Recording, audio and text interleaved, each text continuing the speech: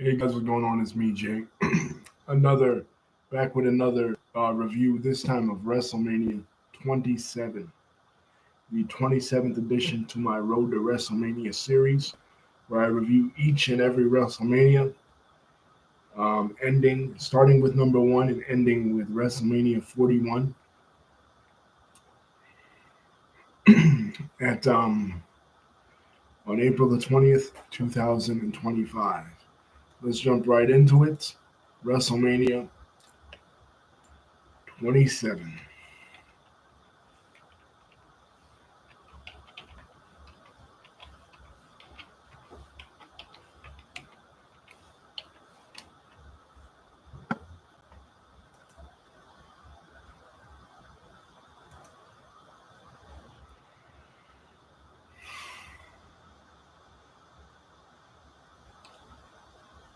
This comes to you on April the 3rd, 2011, from the Georgia Dome in Atlanta.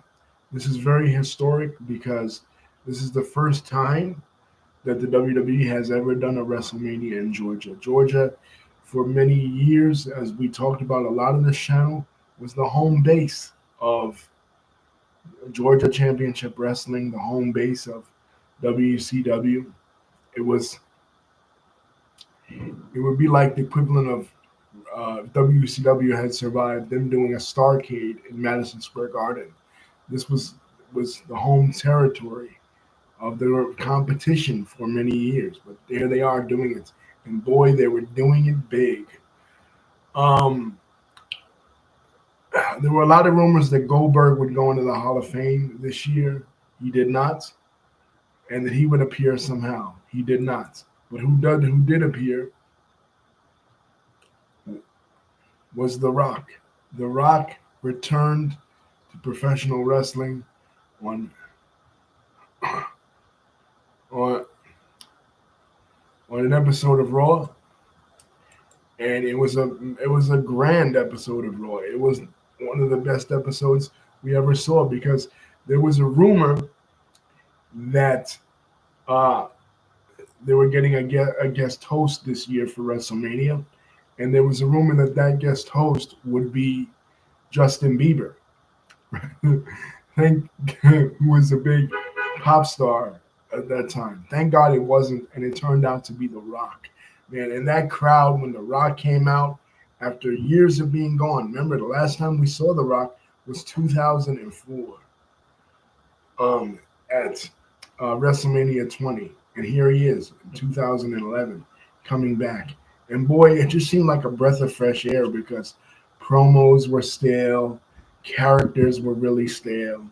And when The Rock came in there and he was making fun of John Cena, making fun of The Miz, who was the WWE champion at that time, you know, it just felt like again like you were a kid again. And then he was making fun of if you grew up in the Attitude Era, he was making fun of they were doing this thing at this time, the anonymous Raw GM, like each and every time.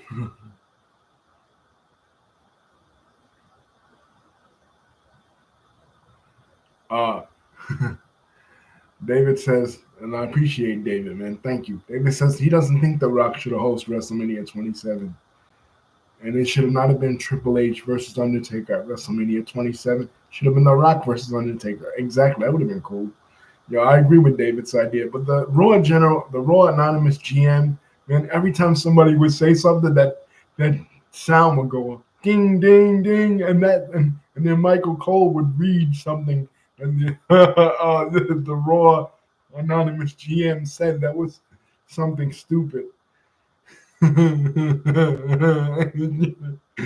Oh man, those days, 2011. So finally, The Rock tells the computer, he tells the computer to shut up. But like David is saying, man, um, the match for The Undertaker. Now, there was another speculation since it was Atlanta. See, I was reading a lot of Dave Meltzer at this time, and there was speculation that Sting would make the jump from TNA to WWE, and Sting would be The Undertaker's opponent at WrestleMania. That didn't happen. It ended up being Triple H. So Triple H, to avenge the loss of his friend from the previous year, challenges the Undertaker and tries to end the Undertaker's streak. But David says he didn't like Triple H versus the Undertaker at WrestleMania. But David, be honest, if it wasn't for this match, none of the other matches were good. None of the other matches, all the other matches really sucked. So let's get into the matches.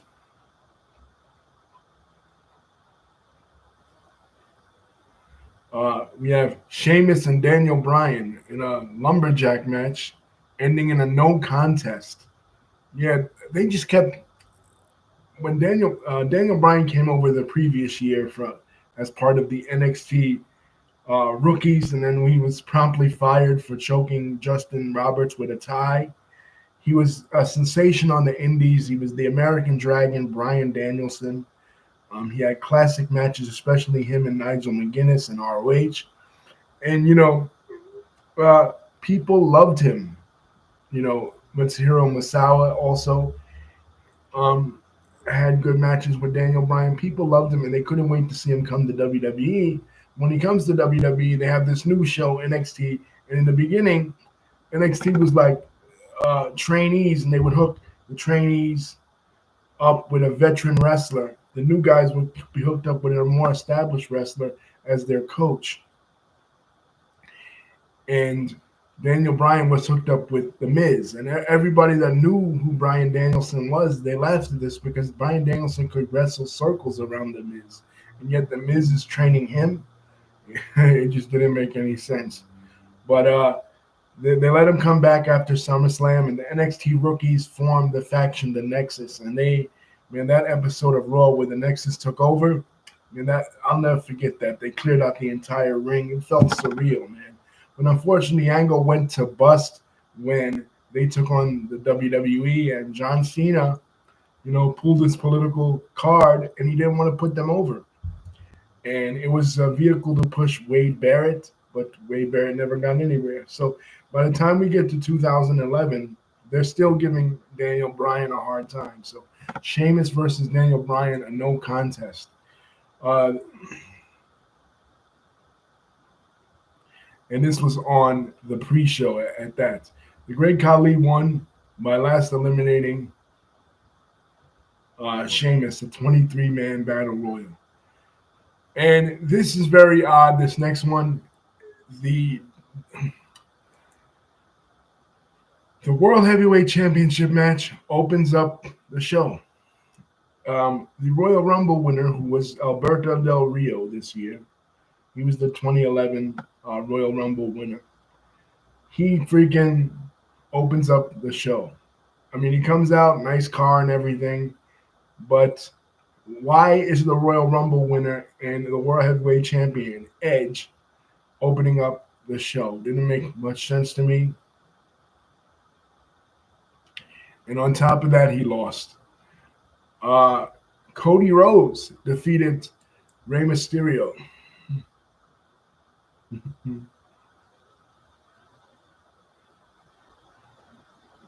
Yes, David is correct. Sheamus lost a lot of matches as King of the Ring winner when he when Daniel when he beat.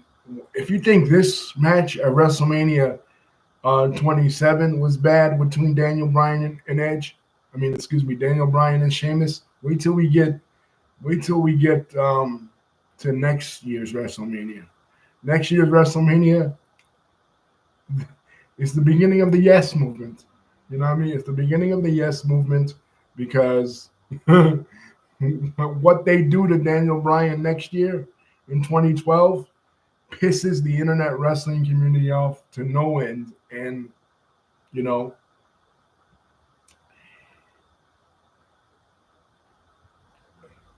we just couldn't.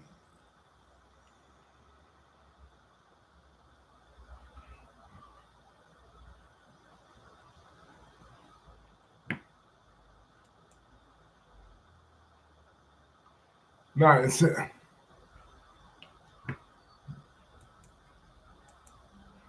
Oh, yeah, David's right. Thank you.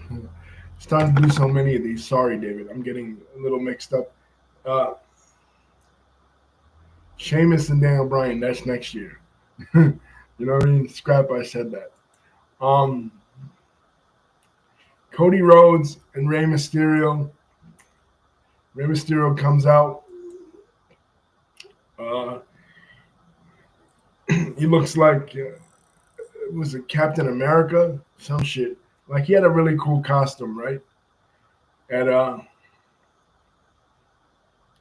then he had a 8-man tag team match: Big Show, Kane, Kofi Kingston, Santino Marella, and versus the Core.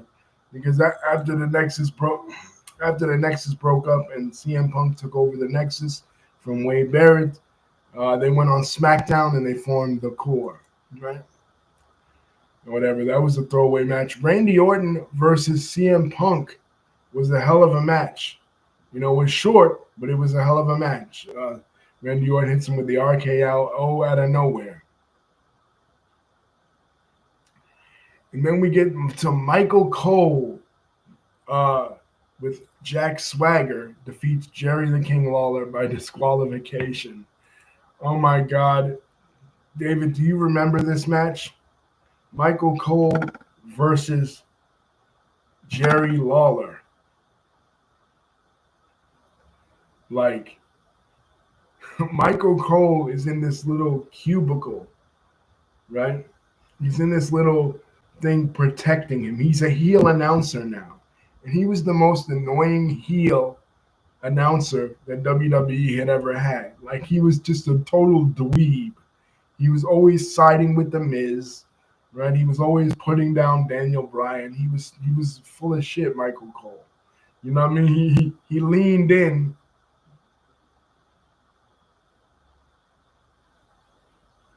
He leaned into to the to the hate that the internet was giving him, and he turned heel. And the thing with Jerry the King Lawler, as long as he'd been in the company, he never had a WrestleMania match. And Vince McMahon heard about this. He said, "Well," Vince said, "What do you mean you never had a WrestleMania match, King? I'm sure you've had one." And he said, "No." So they gave Jerry the King Lawler his WrestleMania match with Michael Cole. uh, Even the Stone Cold Steve Austin being the referee couldn't even save this shit. This was an abortion. This was one of the worst things that I've ever seen. You know, the fact that Jerry the King Lawler had to sell for this dweeb, Michael Cole,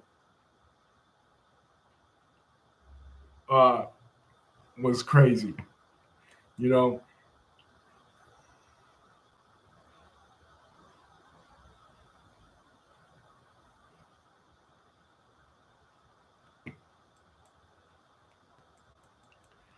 and Stone Cold stunned everybody, but Stone Cold did not stun Michael Cole. And Michael Cole's looking all weak and beaten up, and he and Jack Swagger had to carry him in his arms like he was a baby. Man, this was just this takes the cake as the worst WrestleMania match um in history, man. This shit was terrible. Michael Cole versus Jerry Lawler. And then we get to the only good match on the show, in my opinion, and that's The Undertaker versus Triple H. You know, David didn't like it. You know what I mean? But if it wasn't for this match, it wouldn't have been a good match on this show. A no holds barred match between Undertaker and Triple H.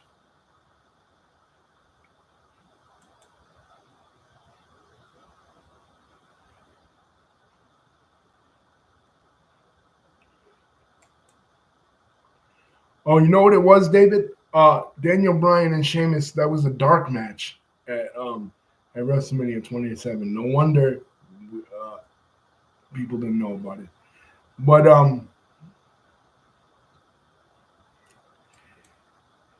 yeah, this Undertaker match was the only good match on the show. This was the worst. This was the worst WrestleMania ever. I mean, if it wasn't for this match with Triple H, we wouldn't have had a good match on the show. And the skits were terrible. Oh my God. Pee Wee Herman, The Rock, and Mean Gene dressed as Cena. Mean Gene Okerlund was dressed as John Cena in John Cena's gear and everything. And then Pee Wee Herman comes out and says, you can't see me. And to The Rock, and The Rock's backstage. He gets slapped on the ass by Mae Young. I a lot.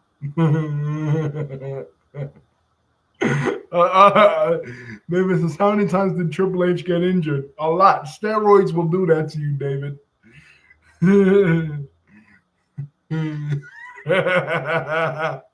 We're not at the end of him getting injured. Believe me, he'll get injured again. Trust me, he will. The next match. Now, my girlfriend at this time, right, would eventually become my fiance, right? We had just met at this time, and she liked Jersey Shore. I didn't know anything about Jersey Shore. I'm like, what's Jersey Shore? Like, who's Snooki, right? I didn't know who they were. So we're watching this match. John Morrison and Snooki and Trish Stratus defeat Dolph Ziggler and Lay Cool with Vicky Guerrero by pinfall. We're watching the 6-man tag, and I'm like, who the hell's Snooki, right? So she's like, Snooki, the little chubby girl that does, the cartwheel. So I'm like, okay, yeah. So I'm totally out of the loop because in 2010 and 2011, those 2 years, apparently this show, The Jersey Shore, was the biggest show on TV, and WWE felt the need to capitalize on their popularity. Mike the Situation was known. Paulie D was known. I got to know them later through her, but I didn't know who they were. You know what I'm saying? So I'm ready to skip this match. And then, we get that. That was a cool flip. A lot of people didn't like it, but I just thought it was cool, just for that. Snooki's involvement. The Miz. And then we get to the main event, the reason why everybody was here. The Miz, as champion, defeats John Cena. Now, this match was very interesting because they were doubly counted out. Yeah, I know, it sucked. That match, yes, David is absolutely right. That match sucked. That match was brutal. I mean, the whole pay-per-view was just brutal. I mean, we didn't watch it. Me and my girlfriend didn't watch it the night of. We watched it the next night. And it was just like WrestleMania 9. I felt like I was having flashbacks of WrestleMania 9. When I was a kid at WrestleMania 9, I didn't watch it the night of. I watched it the next night because my grandma wouldn't let me order it. Now, with this, we had to do something the night of WrestleMania 27, so we both missed it. And I was pissed. I'm like, I don't know what The Rock's going to do. I don't know how John Cena versus The Miz is going to go down. So I was pissed just like I was for WrestleMania 9. Now I'm a grown man, 26 years old, being pissed versus an 8-year-old kid. But I'm still pissed. Right? So when I watched the next day, I'm like, shit, this is the exact same thing. This pay-per-view was horrible too. You know what I mean? Like, and there were a lot of similarities. They were doubly counted out. And then the match had to restart, and The Rock helps The Miz win. But like David said, it sucked. It absolutely sucked. It was only a preview for the next year. John Cena versus The Rock. You know what I mean? Like, that was all this was for. John Cena versus The Rock. This was only a preview for the next year. This didn't have to exist. This didn't need to exist at all. You know what I mean? It was only a preview. That's the only reason this whole pay-per-view existed. Even The Rock's promo at the beginning of of the show. You say wrestle, I say mania, whatever, whatever, and then him having to take that swig of water. What was the deal with that? I mean, The Rock was totally out of practice with being on a wrestling show. There was nothing good about this other than that Triple H Undertaker match, and even that, in my opinion, right? The Rock versus Undertaker, exactly. Bring The Rock back for a match. He did nothing at this pay-per-view. He did absolutely nothing except steal the thunder. Again, this is so much like WrestleMania 9. The more I look back at it, the more WrestleMania 9 and WrestleMania 27 are exactly the same. Hulk Hogan was only at WrestleMania 9 to steal the thunder from Bret Hart and Yokozuna. The Rock was only at WrestleMania 27 to steal the thunder from The Miz and John Cena. I mean, he did nothing other than yell at the anonymous Raw GM and help Miz retain the championship. So Miz becomes the third heel in WWE history to walk out of WrestleMania as the champion, and it was not awesome at all. It was not awesome at all. You know what I mean? They'll revisit this John Cena Miz feud in a form of a mixed tag team match a little bit down the line at WrestleMania 33. So when we get to it, we'll talk about it. But yeah, David is absolutely right. I would have enjoyed that better than when I enjoyed this. I mean, this was terrible. Yeah.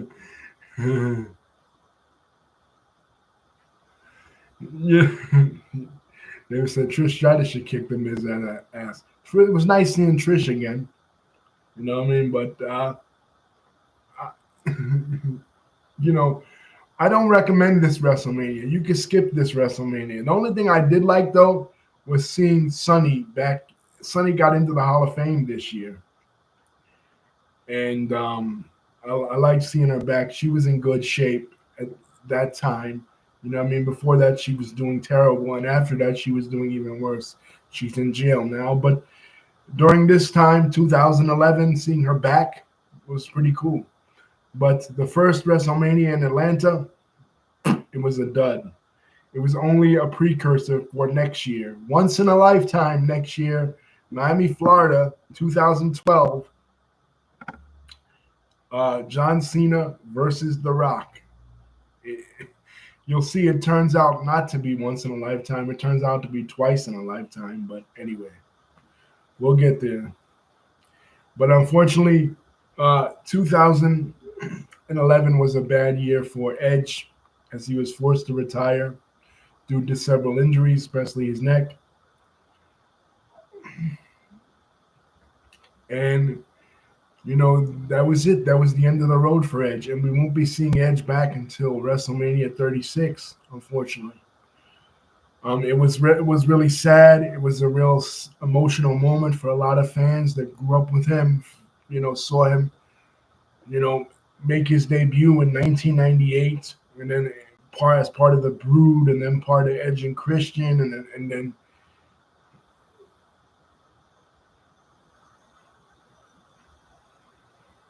you know, becoming a megastar, the ultimate opportunist, the rated R superstar, even with the controversy with himself, you know, him